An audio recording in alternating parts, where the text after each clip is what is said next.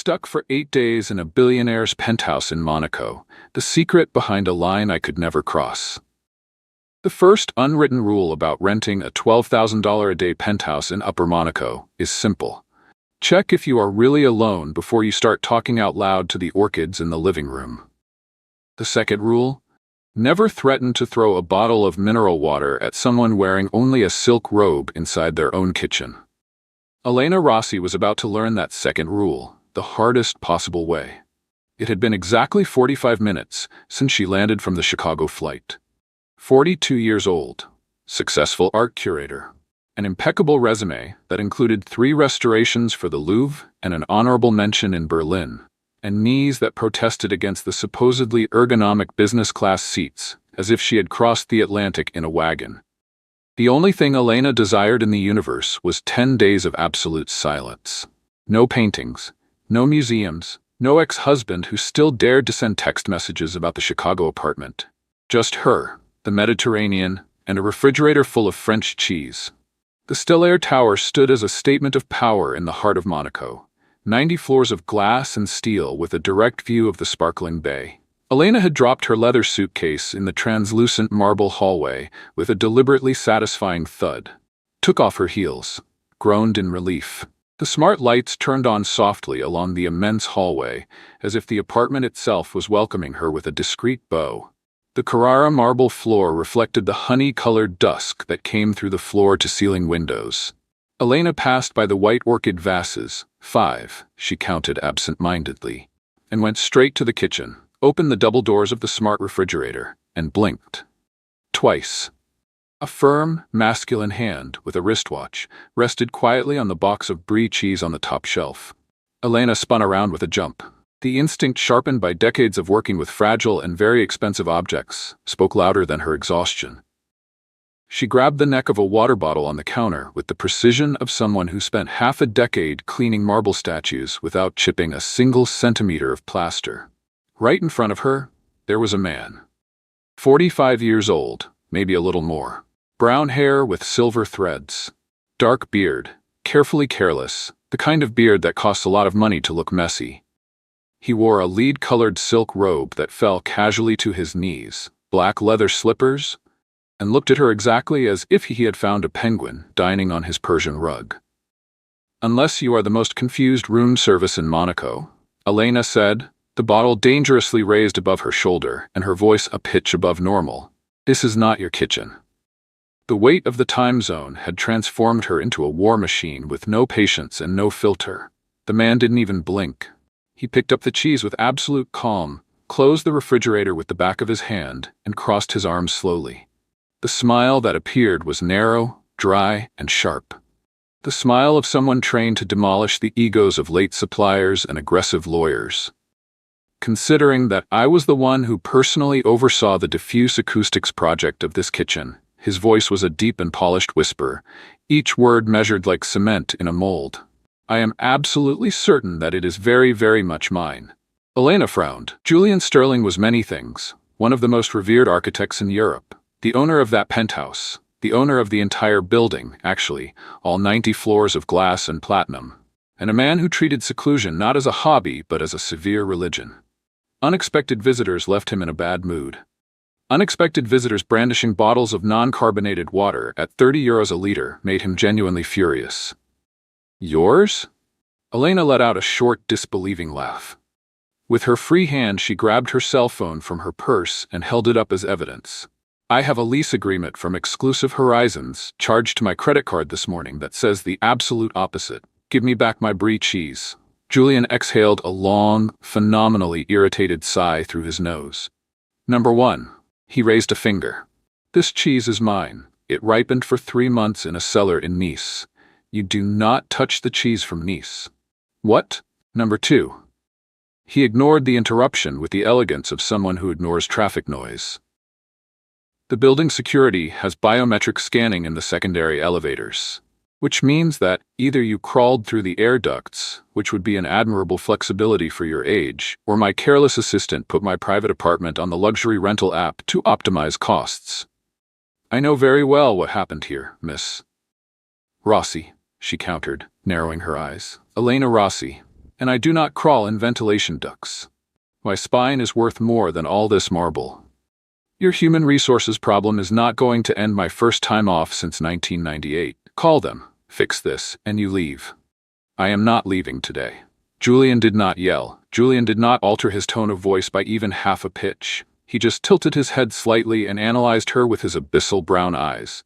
The kind of look that seemed to decipher a person's financial history, marital status, and childhood traumas in a single sweep.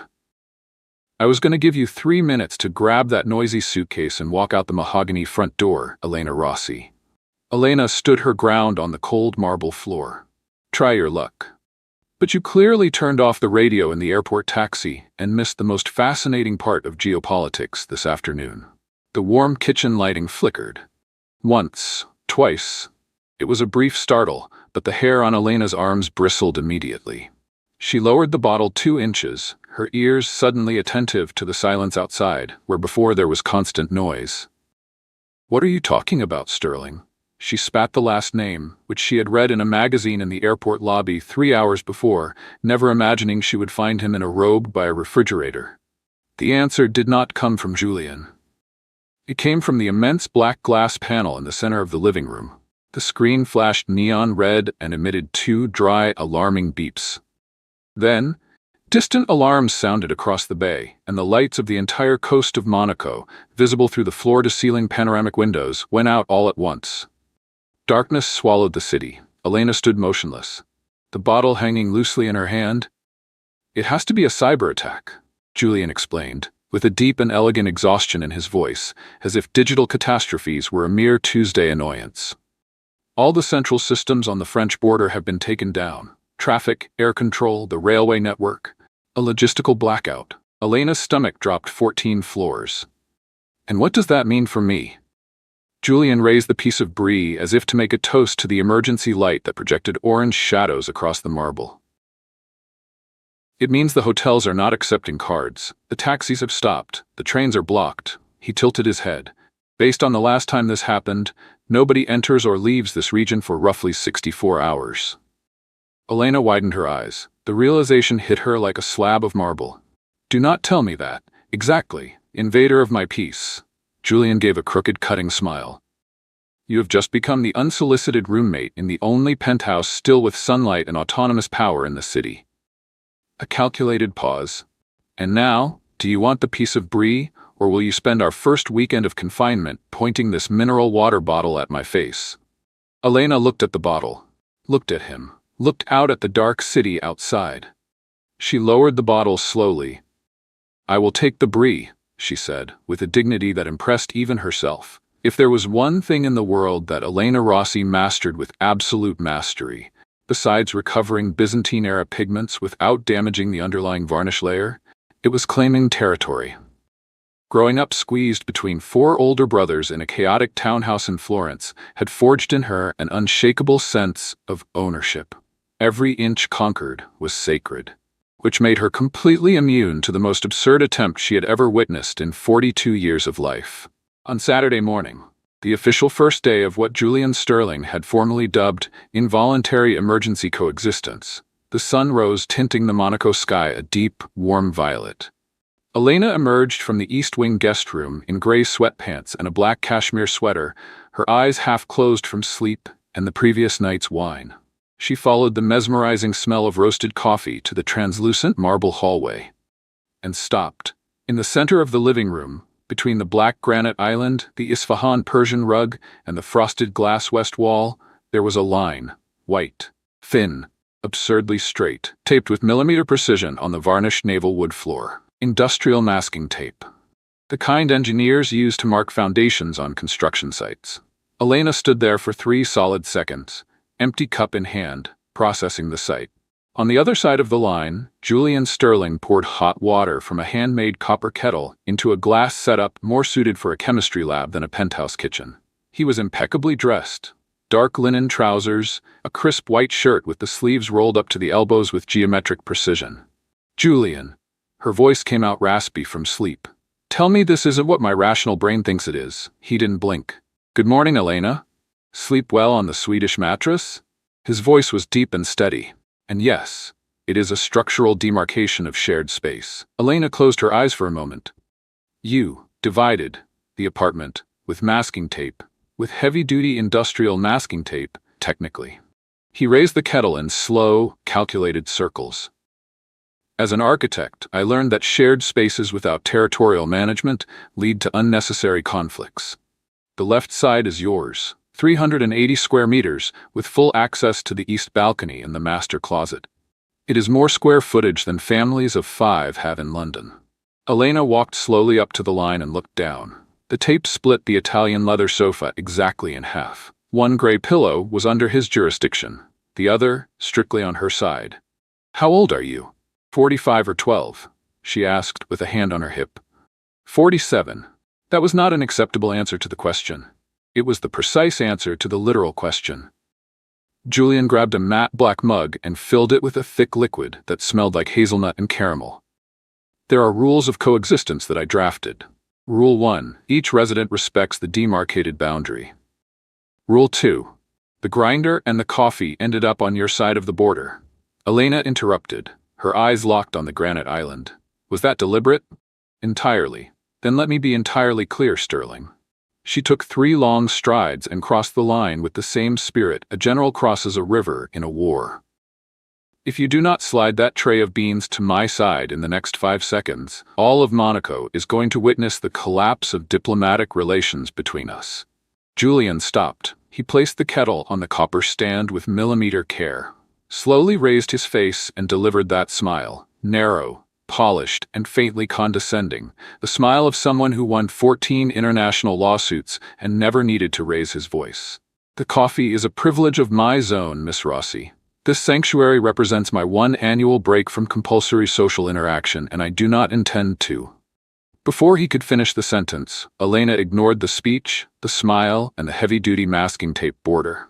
She advanced the final 3 steps and snatched the steaming mug out of the architect's hand with the exact same dexterity she used to lift centuries-old varnish off oil paintings. Her fingers brushed his. A brief spark. Hot. Completely involuntary. Julian pulled his hand back, as if he had touched an electrified surface.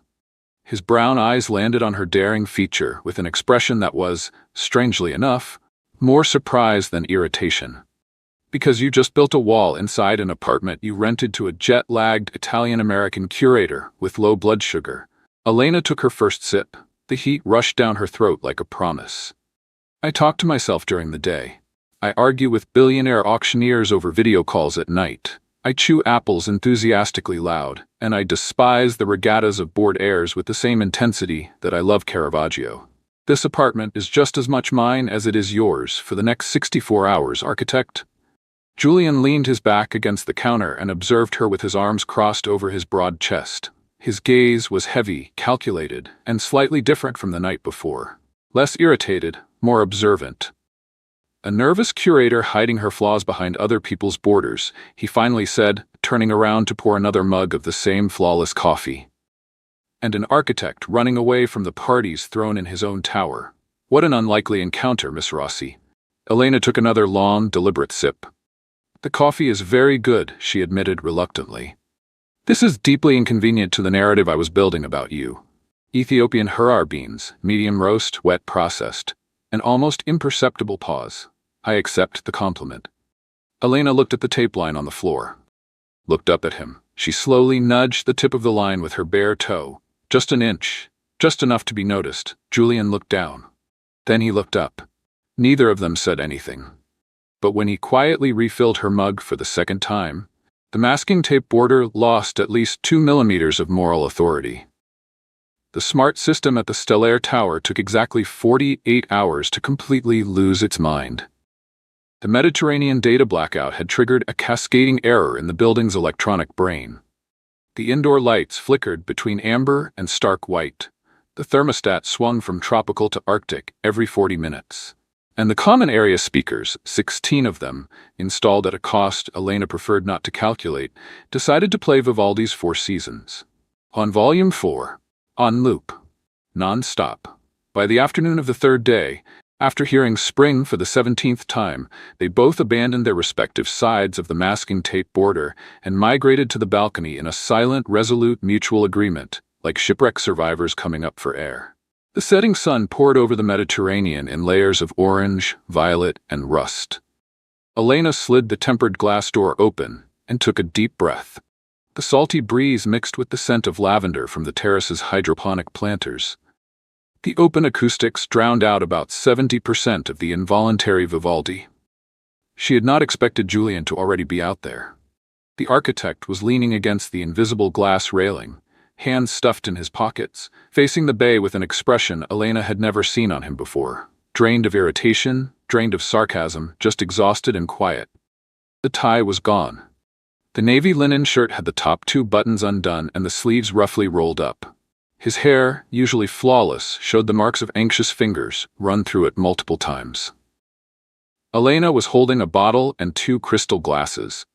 If your masking tape extends to the balcony, Sterling, I swear on my restoration degree that you're going to have a very different view from this terrace in a matter of seconds. Julian turned his head toward her. His brown eyes traced the curve of her shoulder down to the hem of the rust-colored silk rippling slowly in the wind. Tape borders lose their jurisdiction past the ferns and the wild lavender. He took a step back from the railing. The terrace is neutral territory. What a massive relief. Elena walked over to the railing and set the glasses down on the cold glass. I noticed you have not said anything about the bottle I borrowed from your wine cellar. Borrowed. Took without asking. The difference lies in the intent to return. Then it was borrowed. She uncorked the bottle with the same elegant firmness she used to open solvent jars. Poured the deep crimson wine, thick with that old ruby glow that only decades-old wine possessed. What is this? Anyway, there is no label. Julian took the glass she offered him, slowly swirled the crystal in the air.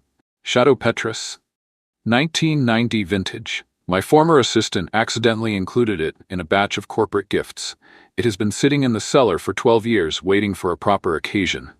Elena looked at the glass, looked down at the blacked-out city below. A continental cyber blackout is a proper occasion? It felt like one. His smile was different tonight.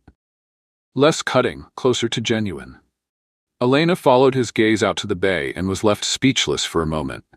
The show out there was breathtaking in a genuinely unsettling way. The sky was dotted with blinking red and white lights, dozens, then hundreds of them. The Navy and Coastal Security autonomous drone networks had activated their emergency flares, trying to re-establish contact with their downed mainframes. With no central command and no working GPS, they were just drifting on the warm Mediterranean wind, performing an accidental, melancholic ballet over the darkened principality. Monaco did not look like a city under siege. It looked like a modern art installation, the wildly expensive kind Elena would put in a museum with a plaque explaining the fragility of digital infrastructure. Beautiful to paint, she said softly, taking her first sip. The wine was extraordinary, silky tannins, a long finish, with hints of tobacco and black cherry. Terrible for the financial charts tomorrow morning. The markets will survive. Julian stayed quiet for a few seconds. Do you know what is most ironic, Elena? She noticed he used her first name without the miss for the very first time. What? I won 14 lawsuits against Asian developers over 6 years just to guarantee the millimeter precision of this view was preserved. Hired geologists, maritime lawyers, and visual impact consultants. A pause. And I lost a turf war over a sofa cushion, on a Saturday morning, to a woman in sweatpants from Chicago. Elena let a smile surface. No bitterness this time, no armor. A fine, unexpected complicity she had not planned on. You need to step away from the drafting table occasionally. Building towers that cut through the clouds does not teach you how people actually live down below. Julian agreed with a slight nod, his eyes still on the coastline. They stood there for a long moment, drinking the Petrus in silence. Not the tense silence of the first 2 days, but a different kind, wider and less guarded. The glasses reflected the drones dancing in the sky. The breeze caught Elena's hair. Julian kept himself exactly 8 inches from her, the distance they had, without ever discussing it, established as the safe boundary. By the way, she started, emptying her glass and gently tapping the crystal base against the warm stone railing. Their shoulders brushed unintentionally. Our refrigerator stock has hit its absolute limit. The main floor supply is restocked.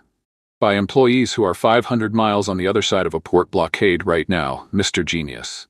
Elena swirled her glass elegantly. We have 3 raw oysters, half a can of organic puree, French salt at €50 a gram, exotic garlic, and 0 protein in your absent chef's marble refrigerator. Julian pressed his lips together in a mix of resignation and contained amusement. What do you propose, Rossi? Elena looked at him with that expression he had already learned to fear, the look of a woman who just had an idea he was not going to like, but that would work perfectly. I propose that the greatest architect in Europe learns how to turn on a stove before dinner tomorrow. Otherwise, she tilted her head slightly. We are going to starve elegantly, which is the absolute worst kind of starving. Julian looked out at the blacked-out city. I know how to turn on a stove, he said with slightly less conviction than he intended. Elena laughed, softly, to herself, turning her face toward the bay, and this time, Julian did nothing to shut that sound down. If there was an official registry of culinary disasters inside Julian Sterling's €1.5 million kitchen, that Tuesday would have broken every record by a landslide. Day 4 brought no truce. The blackout persisted. The French border remained inaccessible. The port was still under security lockdown. Not a single Alpine supply truck was getting through before the digital systems came back online, which meant that, at the peak of a sunny noon, hunger arrived at the penthouse with a brutality completely out of place among the 9,000 square feet of surrounding marble. Elena was wearing an apron, rescued from the back of a pantry, floral, hot pink, but functional. She planted both palms on the black granite island and stared down Julian Sterling's gastronomic empire with the expression of a museum director looking at a piece of art she could not comprehend. So this is what the peak of luxury does to the human race. It causes regression in the food chain. Julian was on the other side of the counter, in a perfectly pressed shirt, observing his own culinary arsenal with what Elena diagnosed as aristocratic shame. The inventory was absurd. 8 tiny jars of imperial beluga caviar with Siberian ivory spoons lined up on a small crystal tray. Pounds of pure saffron extracted from a monastery on the island of Santorini, packed in amber glass. Extra vecchio balsamic vinegar with a crest, a genuine gold-embossed crest, on a 140-year-old silk-wrapped bottle. Price tag, €1,700. And sitting right in the middle of the counter, like a monument to the irony of the universe, a single package of dry spaghetti. Generic brand, forgotten in the back of a cabinet behind a bottle of bergamot liqueur. Julian Sterling's pantry did not produce meals. It produced ostentatious samples for corporate investor events with microscopic appetites. My assistant in New York scaled the refrigerator for monthly hors d'oeuvre sessions, Julian explained, keeping the carefully neutral tone of someone fully aware of how fragile his position was. It makes perfect logical sense in the proper context. And dinner? Elena stared him down. In improper contexts? I do not spend my time off preparing full-course meals every 14 hours like I live in a Slovenian boarding house. That is what Michelin star restaurants are for. Which are currently closed, she said with devastating sweetness. No reservation system, no credit card machines, no staff willing to swim through a port blockade out of sheer love for gastronomy. Both of their stomachs growled. Simultaneously. The sound ripped through the silence of the marble kitchen like an absolutely undeniable declaration of biological equality. Julian looked away with a speed that was impressive for a man of his stature. Elena pressed her lips tightly together to keep from smiling. You can't eat gold dust for dinner, Mr. Sustainable Building. She unscrewed the largest jar in the pantry and started rummaging through the shelves with professional determination. The bare minimum would be to have a box of saltines. They don't sell that kind of thing on the Monaco waterfront. I know. That is your punishment for having too much money and too little common sense. She found the non-stick wok hanging from a discreet hook and tossed it to him. Get to the stove. I am going to teach you the miracle of Italian improvisation. Take this pan, and do not drop anything. What followed over the next 40 minutes was a spectacle. The high aristocracy of Monaco would pay a fortune not to witness. Julian Sterling, 3-time Pritzker Prize laureate, whose designs were studied in universities across 12 countries. was hunched over the industrial stove in his own kitchen under the authoritarian direction of an American curator in a hot pink floral apron. "The truffle, Julian. Sauté it before, not after. If you chill the olive oil with the raw garlic, I'm going to use this spatula in a way you are not going to enjoy." "The steam is condensing on the exhaust hood that shut off," he protested, wiping his forearm across his forehead. "The temperature has gone up 15 degrees in 20 minutes in this kitchen. Stir, slowly, and do not let the imported garlic touch the bottom of the wok. It is almost burning," Julian grumbled. The sleeves of his expensive shirt showed honest stains of olive oil and saffron. He moved from side to side with the stiffness of someone not used to taking orders in his own kitchen, but who obeyed them anyway without fully understanding why. "The pasta is," he started. "Perfect. That is perfect al dente. Take it off the heat." Elena appeared beside him with a fork, tasting a strand of spaghetti with the seriousness of a sommelier facing a rare Burgundy. "Yes, that is good. You just tasted pasta with your fingers over a caviar and saffron wok in a €2 million kitchen," Julian said, watching her. And it was correct. She looked up at him. "Do not confuse the process with the result, architect." By 3 in the afternoon, the battle was over. The scattered tins and jars in the sink formed a monument to emergency creativity.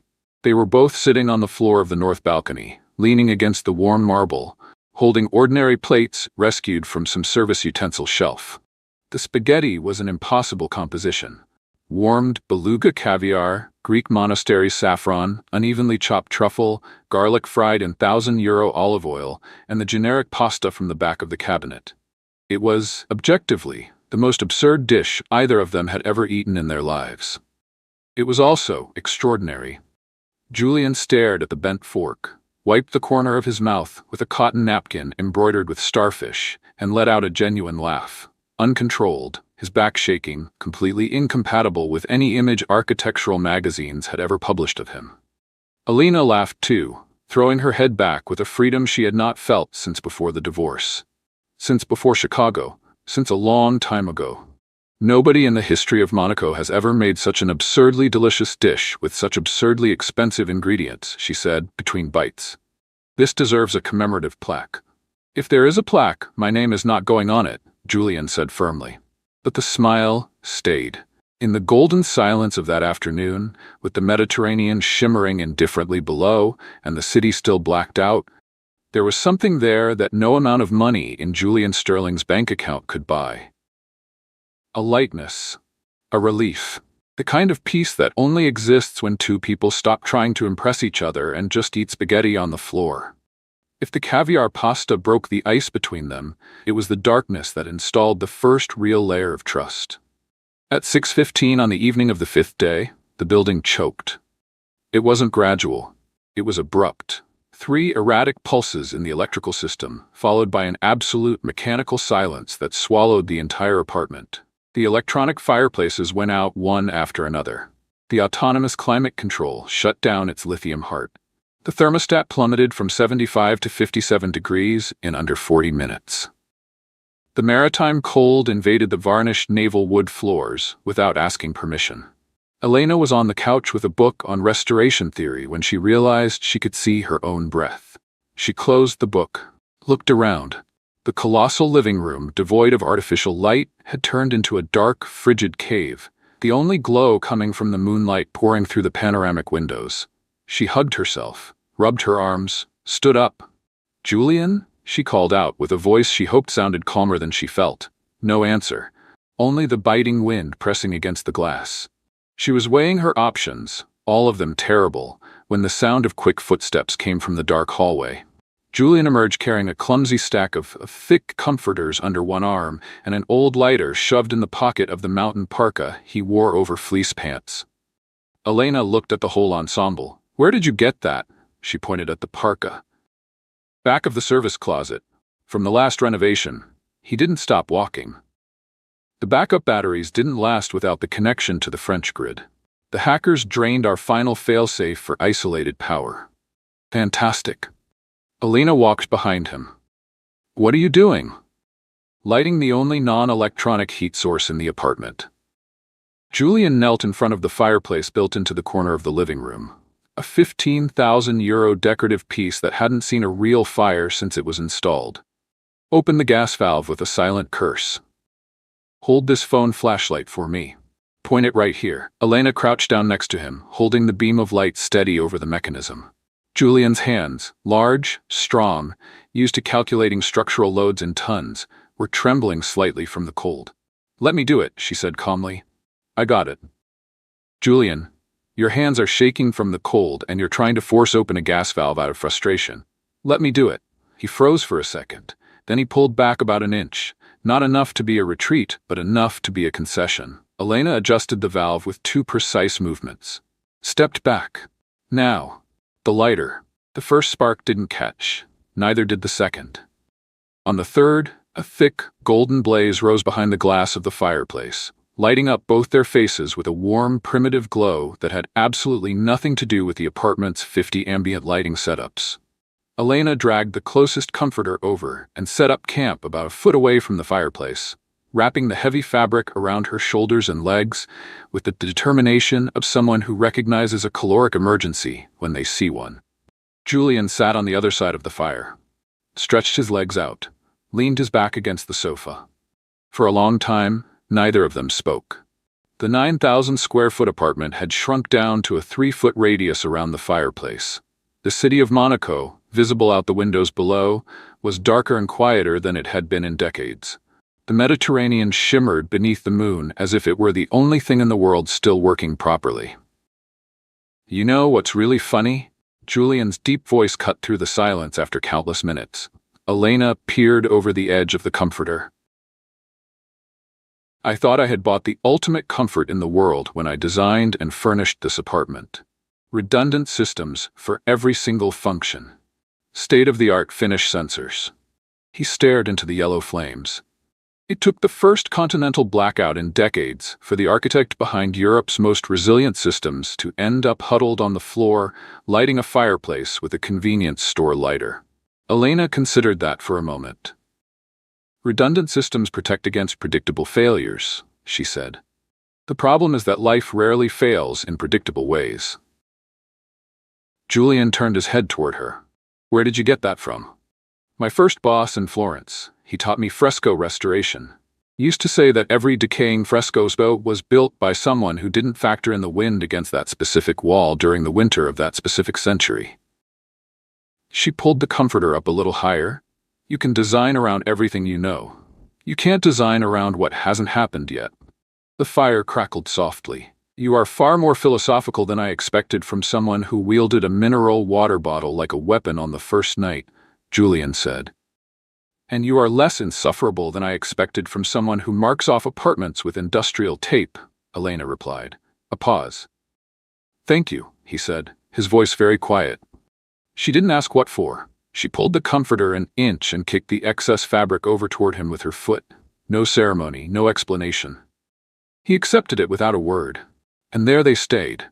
2 unlikely and temporarily allied strangers, sitting on the floor of a dark apartment suspended 600 feet above a paralyzed city, warmed by a fireplace while the Mediterranean shimmered eternally outside, magnificent and indifferent. Dawn brought daylight, but no internet. Julian had spent the early morning scattering cables and tools across the service elevator hallway. When Elena found him at 8 a.m., he was kneeling on the cold floor in jeans and a white t-shirt, minus the impeccable button-down, minus the social armor, trying to force a screwdriver that was far too small into the grips of a locked safety breaker. The expression on his face was not that of a magazine cover architect. It was the look of an ordinary man losing his patience with something he ought to, at least in theory, understand. The tool slipped for the 12th time with a metallic clink that echoed down the hall. Julian let go of the panel cover with a dull thud. He froze for 3 seconds, hands on his knees, breathing heavily. "Julian." Elena's calm voice made him turn around sharply. She was standing at the entrance to the hall, holding a tray, 2 thin slices of toast and 2 cups of coffee she had brewed over the barrel fire using the leftover grounds from the morning before. Her hair was pulled up in a hurried bun. Her voice was careful, like someone who recognizes when another person is at their breaking point. You're not going to adjust 1 mm ceramic connectors by forcing 10 pounds of frustration onto them with the wrong tool. She set the tray down on the floor gently. Move over. Elena. Move over, Julian. Something in her tone, not bossy, just absolutely certain, made him step back without a fight. He stood up and leaned against the wall, watching. Elena pulled a tiny silver pair of tweezers from her pocket. Eyebrow tweezers, no more than 3 inches long, but with tips as precise as scalpels. She crouched down on the floorboards, slid herself between the wall and the recessed breaker box, and stayed completely still for a moment, studying the inside using her phone's flashlight. Julian's breath hitched when her hair lightly brushed against the side of his collar. The smell of lavender soap and cold coffee was completely disorienting in that industrial hallway. He took another step back, swallowed hard. Elena wasn't paying attention to any of it. She extended her hands with the ancient patience of someone who is in no rush. Steady fingers, tendons stretched but not tense, as if the microscopic connectors were 14th century frescoes that could crumble with a single misplaced breath. The tweezers slid into the tiny slippery hooks on the board in 2 smooth continuous motions. A click, clean, final. The yellow light on the panel blinked. A low, satisfied hum ran through the secondary power unit. Faint orange lights flickered on in the ceiling grates, filling the hall with a warm, imperfect glow. It was enough. Julian stared at her hands for a moment before speaking. How did you do that? 22 years of restoring microscopic scales on stone sculptures that turn to dust if your fingers twitch, Elena murmured, starting to guide the panel cover back to its screws with the same careful movements. You learn that delicate things don't respond to force. They respond to attention. She gave a small smile without looking up at him. You don't shove iron into a crack in 15th century marble expecting the marble to give. It's always the piece that breaks. Julian slid slowly down the wall until he was sitting on the floorboards, his back resting against the waxed wood. His posture was a far cry from anything architectural journals would ever photograph. It was the posture of a genuinely exhausted man. It's the anxiety of control. His voice came out quiet, as if it were the first time he ever said the words out loud. When something I thought I had mastered refuses to obey, I completely lose my breath. Elena tightened the final screw. Paused for a second. Then she turned and sat down on the floorboards right next to him, her back against the wall too, their shoulders just 4 inches apart. I hide massive problems inside concrete designs and meetings across 7 time zones, he went on, as if honesty had found a crack to slip through and didn't know how to stop pouring out anymore. I run away to luxurious solitude in these towers. I carry the weight of the firm's legacy.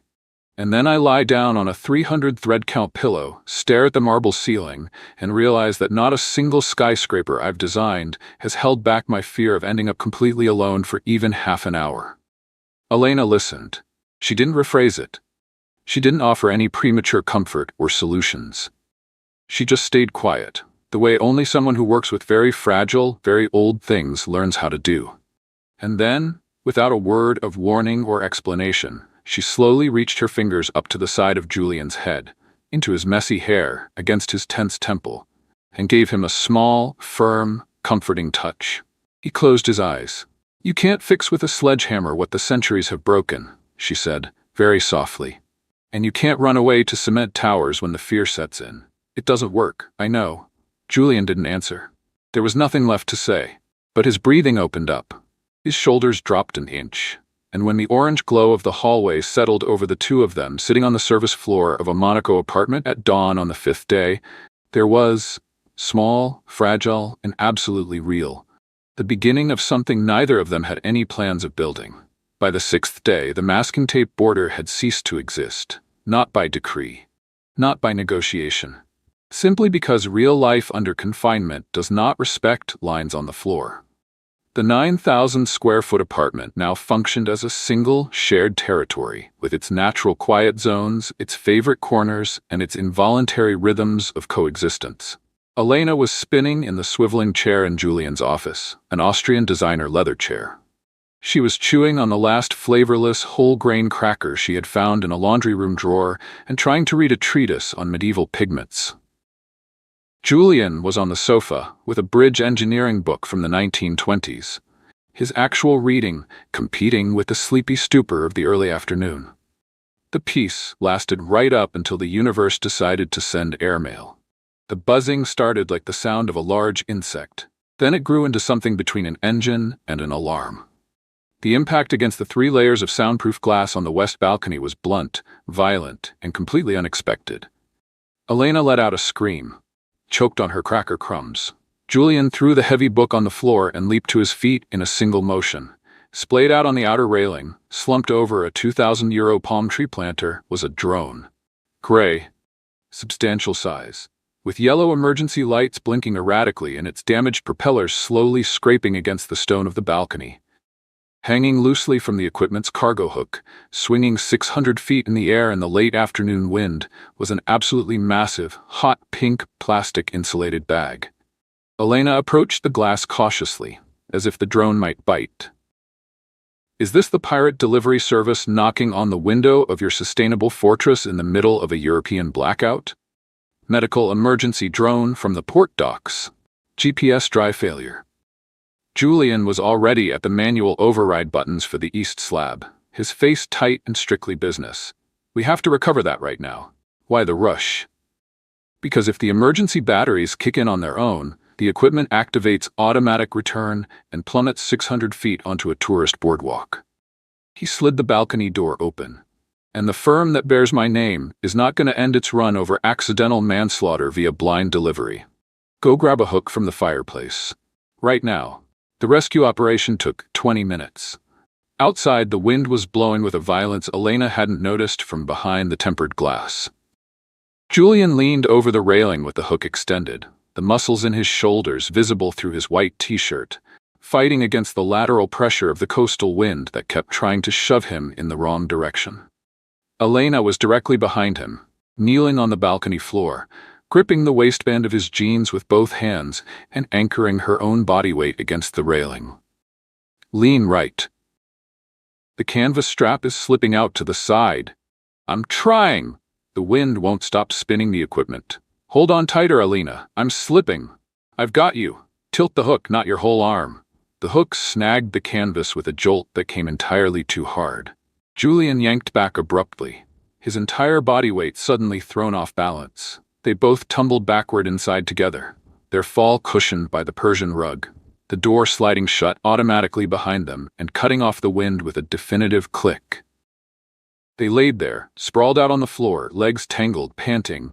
The hot pink insulated bag had landed on the rug between them with a soft, satisfying thud. Silence. 10 seconds of absolute silence, the two of them staring up at the marble ceiling with their lungs begging for mercy. And then Julian started to laugh. Not the polished, controlled laugh Elena had heard 2 or 3 times before. This one was messy, shaking his back, completely incompatible with the gravitas of someone who routinely signed €900 million contracts. Elena sat up, stared at the bag, ripped the seal off with her teeth. The package popped open. The smell hit them first, warm, spicy, absolutely vulgar and irresistible. Julian rested his head back on the rug and watched her pull the items out one by one. 2 foil-wrapped bundles containing 12 massive burritos, 60 little packets of red-hot sauce, a 6-pack of ice-cold long-neck beers, condensation dripping down the plastic. Elena held a beer up to the light. A medical emergency drone from the Monaco port docks, she said, with a tone of voice that could not be interpreted as anything other than pure joy, just delivered Mexican fast food and cheap beer to the most expensive penthouse in the city. The statistical probability of this happening is... Julian began. Don't calculate it, don't ruin it. Elena tossed him a burrito.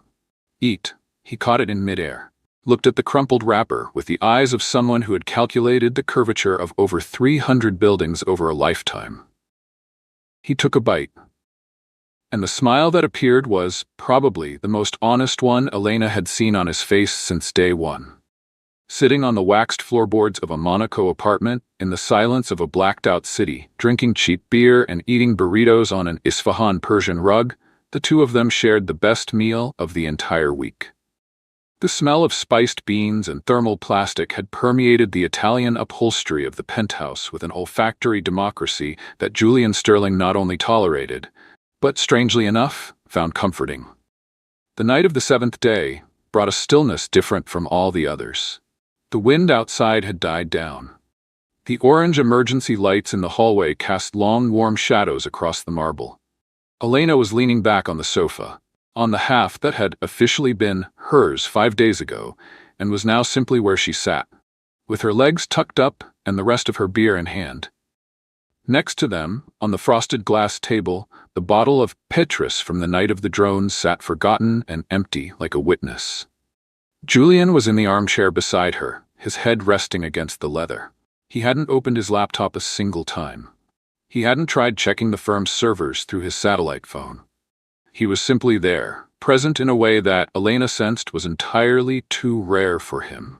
Nobody crosses the Atlantic and rents a $12,000 a day penthouse just because they need silence, he said, finally. Not as an accusation, as a careful observation, the kind you make when you genuinely want to understand something. That kind of escape has a name. Elena took a long sip. Pain, she said simply. Julian didn't answer. He slowly reached his arm along the back of the sofa, and his calloused thumb found the nape of her neck, a light touch, almost a question, against the side of her neck. Elena didn't pull away. It wasn't the auctions or the traveling I was running from. Her voice came out quiet and stripped of armor, like the sound that comes from inside an ancient stone when it finally cracks. It was an apartment in Chicago where the paintings on the wall were the only things looking back at me. A marriage that lasted years longer than it should have, dragged out by stubbornness and the fear of admitting I had chosen wrong. An ex-husband who rushed to the office because it was easier than staying home. A pause, and me fixing cracks in plaster saints in churches while my own marriage was crumbling in the next room. Her voice broke. She made no effort to fix it. Julian slowly shifted his body and opened his arms without ceremony, without the weight of a calculated gesture, without the hesitation of someone who overthinks before acting. He just opened them. And Elena leaned into him as naturally as one leans against something that, surprisingly, turns out to be solid ground. She cried without making a sound. The kind of crying that doesn't ask for permission or attention, that simply happens when your guard drops completely for the first time in months. The tears fell against his broad shoulder, onto his wrinkled shirt, into the complicit silence of that suspended floor 600 feet above the world. Julian didn't say anything. He offered no prepackaged phrases or rhetorical comfort. He just held her steady. After an amount of time Elena couldn't measure, he spoke, very softly, his chin resting just above her hair. Me too. Except mine happened inside marble fortresses overlooking 3 European capitals. Luxury isolation is just the most expensive version of loneliness there is. Elena let out a short, damp laugh against his shoulder. That belongs on a commemorative plaque. I'd rather it didn't. Why not? Because that would imply I regret the tower, and I still like the tower very much. A pause. I just don't want to be alone inside it anymore. The wind outside whistled softly against the glass. The Mediterranean shimmered patiently. The drones in the bay had stopped dancing. Elena stayed leaning against him for a long time. Not out of need, not out of desperation, but for the rare, precious simplicity of being somewhere that unexpectedly felt safe. Technology did not return gently. At 7:35 on Saturday morning, day 8, it barged into the penthouse with the brutality of a digital thunderclap. No warning, no transition. Elena was in the kitchen wearing a gray sweater of Julian's that came down to her knees, bare feet on the cold marble, making coffee with the last of the Ethiopian beans. Sterling was next to her, grumbling about the state of the stale crackers that made up the last available breakfast in the apartment. There was a thick, distinct stillness between them that morning, the kind of silence two people only build after many days and many peeled-back layers. Comfortable, pressure-free, almost domestic, and then the main ceiling light exploded into a clinical, white glare. Elena jumped so hard she nearly dropped the coffee. Julian snapped his head toward the control panel with the reflex of someone hearing a fire alarm. The whole apartment woke up all at once. 300 notifications crashed into the blue control panel like an avalanche. Email chimes overlapped with banking alerts that overlapped with calendar syncs in an absolutely deafening digital cacophony. The magnetic locks on every single door disengaged in unison with a simultaneous mechanical thud. The air conditioning spat out icy vapor that cut through Elena's sweater with instant cruelty. Julian's phone, which had been silent for an entire week, sitting discreetly on the table like a decorative object, roared with its corporate New York ringtone. Julian froze for a second and a half. Elena watched him change. It was fast, almost surgical. The shoulders that had been relaxed for days pulled upward, his jaw set. The brown eyes that had looked at her with such warm attention narrowed into that executive management glare she recognized instantly. It was the exact same glare she saw on magazine covers and airport lounges. The Julian who had sat on the service floor. The Julian of the barrel fire and the caviar pasta. The Julian who had held her in silence while she cried. That guy took 2 steps back and was replaced by Mr. Impenetrable Chief Executive Officer. He answered the phone. I know the European grid is back online. The Sweden project is waiting on structural reformatting. Push the trustee board meeting by 4 hours. Has the parallel account been unlocked? Cancel Tokyo immediately. He paced the hallway, his back rigid, the phone pressed against his ear, barking orders in sharp, temperatureless bursts.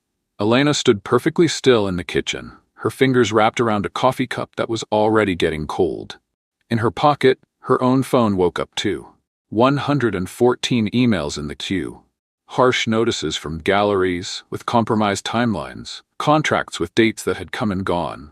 The familiar weight of the outside world dropping onto her shoulders again like a coat she hadn't worn in days, and which was, surprisingly, heavier than she remembered. Elena looked down at the kitchen floor. The masking tape line was just a faded strip of worn-out glue on the marble, trampled over and forgotten days ago, practically invisible now, as if it had never been a real border in the first place. The bubble had lasted exactly 8 days. In the hallway, Julian's voice kept going, precise, efficient, completely tuned into another world. The Monaco down below was reopening its shops, its traffic, its yachts, and its usual urgencies with an indifference that made the previous 8 days feel less real than they were. Elena set the cup down in the sink. She looked at the door, looked back toward the dark hallway where Julian was pacing in circles, and felt with uncomfortable clarity that there were 2 versions of this moment. The coward's version and the honest version, and she was about to choose between them. The roar of the helicopter crossing the glass window frames at 10 in the morning was the final signal. The world had returned, entirely, without appeal. Elena pulled her leather suitcase down the brightly lit hallway with the exact same firmness she had brought in 8 days before, even though something fundamental had shifted in the weight of her own footsteps.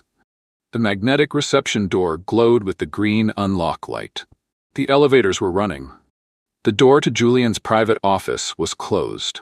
Inside, she could hear his low, controlled voice speaking in English, alternating sentences with the calculated silence of someone managing crises across multiple time zones simultaneously. There was no pause. There was no gap. Elena stood in the hall for a moment. There were no clichés available for this situation, and she was honest enough to admit it. In real goodbyes, nobody bangs on other people's doors demanding cinematic scenes while a multi-billion-dollar corporation falls apart on the other end of the line. Adulthood was, more often than not, silent pragmatism. She dragged the suitcase into the black marble kitchen. From her pocket, she pulled out the last piece of masking tape, a torn, crooked scrap left over from the famous Day 2 demarcation, which she had kept without knowing exactly why. She rolled the little wad of tape between her fingers for a second. Then she carefully placed it on the edge of the empty caviar jar. The Imperial Beluga caviar jar they had turned into emergency spaghetti during the most absurd and delicious crisis of the week. There was no note. There didn't need to be. The torn piece of tape in the sterile kitchen was enough. A language only the 2 of them could read. Elena left without looking back. The mirrored lobby reflected a figure with straight shoulders and a firmly gripped suitcase, disappearing into the elevator like a character in a final scene. The descent was 600 feet of silence in glass and aluminum. The ground floor smelled like marble and fresh flowers. The lobby orchids, oblivious to everything. The taxi at the curb smelled like artificial leather. The coastal airport smelled like jet fuel and departures. 2 hours later, Julian walked out of the office. His tie was back around his neck, with a precision that seemed inversely proportional to the emptiness he felt when he opened the door to the hallway. He rubbed his temples, walked slowly down the length of the penthouse toward the living room. Perfect. Absolutely perfect. No hot pink insulated plastic torn open on the edge of the Persian rug. No sound of cups clinking on the kitchen counter. No smell of lavender and coffee layered over the saffron that had permeated the room for days. Just marble. Silence. The magnificently indifferent Mediterranean out the window. Julian stopped at the granite kitchen island. He saw the piece of masking tape on the gold-rimmed jar. He stood perfectly still for a long time. Then he lowered his head, pressed his broad palm flat against the cold stone counter, and felt the exact weight of an apartment that once again commanded $12,000 a day and was worth absolutely nothing. 114 days passed. The dense Tuscan heat invaded the heavy oak doors of the gallery in Florence's 3rd district, with the same ruthlessness the August sun has for anything that isn't made of stone. Elena Rossi was in the anteroom of the new medieval Renaissance wing with a stack of technical reports on her desk, her hair tied up in a survival bun, and the smell of turpentine clinging to the sleeves of her brown sweatshirt. She rubbed her wrists, sighed. 114 days. And the exhibition was behind schedule. The east shelf had caved in, the supplier for the fresco resin was stuck in customs, and the new representative from the construction firm handling the structural renovations had sent 3 emails that morning, challenging the ventilation design for the sculpture hall. She had replied to the 3rd email with a brevity her Florentine assistant had described as intimidating. Miss Rossi, her assistant, appeared in the doorway, out of breath and wide-eyed. The east shelf completely collapsed, and the construction rep is in the sculpture hall, blocking the workers. He says there is a structural risk in the ceiling. Elena dropped her pen, stood up. Structural risk in the ceiling he built himself, she said, her voice dripping with the kind of acid directly correlated to the number of days she had gone without sleeping more than 6 hours. I will handle this personally. She marched down the white renovation corridor with footsteps that made the construction tools rattle on the shelves. She pushed open the tall hall doors with both hands. The iron hinges groaned. "Listen here, Mr. Anonymous Construction Rep." She stepped into the Renaissance Hall, her voice projecting with the conviction of someone who spent years lecturing international audiences. Plaster panels do not collapse on their own if you are not dragging workers through the space with the delicacy of a... She stopped. The voice died in her throat. In the center of the renovated corridor, with its soaring ceilings and freshly polished white marble, the late afternoon light streaming through the arched windows like a Tiepolo painting, there was a line, thick, straight, perfectly symmetrical. Masking tape, industrial gray. Cutting the hall right down the middle with a precision that could only belong to an architect. And at the far end of the room, spinning a roll of brown tape on his thumb, the sleeves of a faded yellow shirt rolled up to the elbows over jeans dusted with white plaster. There he was. Julian Sterling had deep circles under his eyes, a jaw covered in a week's worth of stubble, shoulders hanging a little lower than they did in magazine cover photos, not out of defeat, but out of something resembling relief. His familiar brown eyes carried, simultaneously, the exhaustion of 114 days, and the quiet brightness of someone who had finally arrived right where he needed to be. He didn't say anything right away. He hooked the end of the tape onto his belt loop with a deliberately casual gesture. Raised his eyebrows at Elena, who was standing frozen at the entrance to the hall, as if her feet had forgotten how to work. The acoustics of centuries-old plaster amplify voices considerably, Miss Rossi.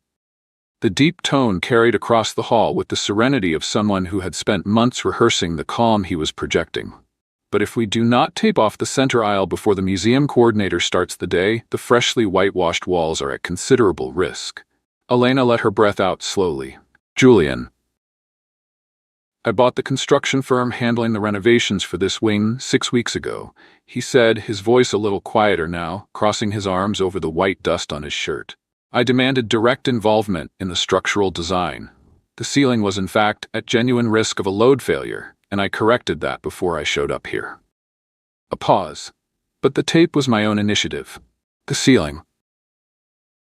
Elena took a step toward him. You bought a construction company to fix the ceiling of a gallery in Florence, and to have a plausible reason to be here today. His eyes didn't waver, though it is true the ceiling needed attention. Elena looked at the tape line on the marble floor, looked up at him. 114 days, Julian. I know. 114 days of absolute silence. Not one message, not one email. I know, he said, without getting defensive. I needed 114 days to figure out that silence wasn't wisdom. It was cowardice. He took a step toward her. And that I bought entire towers so I would never have to admit that out loud. Elena stood perfectly still as he crossed half the room until he was 2 steps away from her. The smell of construction and wood and something she had unintentionally memorized over 8 days in a Monaco penthouse. The territory on the right side is yours, he said. From the tape over, his voice dropped lower, closer. And on this side, in case you are willing, there is someone who knows how to make a reasonably absurd spaghetti with completely inappropriate ingredients. And who has no intention of running away to cement towers ever again when things get hard. Elena watched him for a long moment. You bought a construction company, traveled to Florence, and stuck masking tape onto the marble of a 14th-century Renaissance gallery, she said, with a tone that was half reproach and half something else entirely. The tape is removable, the marble is intact. The smile appeared, wide, careless, completely devoid of magazine cover posture. I consulted a restoration specialist before applying it. And then Elena Rossi, art curator, medieval fresco restorer, divorced for a little over 2 years, and deeply suspicious of grand gestures, took the remaining 2 steps and crossed the industrial gray tape line on the Florentine marble floor. The construction tools had clattered when Elena let go of the door. The metallic echo was still ringing softly through the immense hall when she crossed the line. They stopped inches apart. Their breaths were warm in the air of the hall. The late afternoon light came through the arched windows in golden slices that cut through the hovering plaster dust like a painting of light that neither of the artists they loved could ever properly reproduce. 114 days, Elena said, her voice softer now, closer to the truth. I waited for you to call. I know, I should have called on day 10. He didn't pull back. I spent 10 days convinced that what happened in Monaco was a byproduct of confinement, that 7 days of extraordinary circumstances did not constitute evidence of anything real. And after day 10, I knew I was wrong. And it took me another 100 days to be honest enough with myself to do something about it. Elena stared at him. You are exasperating, she said, genuinely and consistently. I know that too. You buy construction companies to have plausible reasons for showing up places. It is an inefficient approach, I admit, but the ceiling really did need intervention. A pause. And I really did need a reason other than, I flew down to Florence because I haven't been able to get used to the silence in the apartment since you left. Elena went quiet for a moment. You could have sent a message, she said, without cruelty, just with the honesty of someone who had waited without any certainty for 114 days. I could have. Julian's broad hand settled gently on her shoulders. Not as a gesture of ownership, but as an anchor. But then I wouldn't have been able to put down the tape. And the tape was important. Elena glanced down at the line on the marble floor. Why? Because it was the first completely ridiculous thing I've done in 20 years. His tone dropped lower, closer, his thumb tracing a light line down her neck.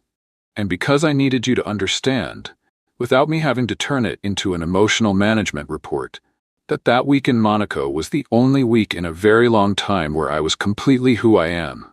Without the firm, without the projects, without the towers. Elena rested her forehead against his shoulder. Slowly, unhurriedly. The caviar spaghetti was terrible, she murmured. It was extraordinary, he corrected. Context matters. You have lost touch with reality, probably. A quiet pause. Happens often. Elena laughed, softly, her forehead still against his shoulder, his arms sliding down her sides with the deliberation of someone who does things with care. If I accept the territory on the right side, she said, without pulling away, I need it to be clear that I do not respect arbitrary borders around breakfast. Documented. And I refuse any masking tape systems applied to historical heritage environments under my supervision. Reasonable. The tape this time was entirely provisional, and you are going to need to call me when you have something to say. Not by companies. Terms accepted. A longer pause. Elena. She looked up. The distance left between them was a few inches, the exact space between a question and an answer, between what had been and what could be. Julian tilted his head. End of all arbitrary limits? Elena looked into his tired, honest brown eyes. End of all arbitrary limits, she confirmed. The roll of industrial tape fell from Julian's pants pocket with a soft, ridiculous thud onto the Florentine marble, rolling a few inches and coming to a completely undignified stop next to a chalk-covered boot. Neither of them looked at it. The 14th century Renaissance hall, with its newly reinforced ceiling, its medieval frescoes breathing fresh air, its masking tape line cutting the marble in half, had witnessed over the centuries baptisms and weddings, coronations and funerals, and at least 3 restorations funded by families who believed they were building for eternity. On that August afternoon, it received something simpler and infinitely harder. 2 adults who had finally chosen to stop running, and the white plaster dust, which continued to hang suspended in the golden light pouring through the arched windows, settled slowly over the marble, over the gray tape, over the abandoned roll, and over the shoulders of 2 strangers who were no longer absolutely any of that. Not at all. For the last time,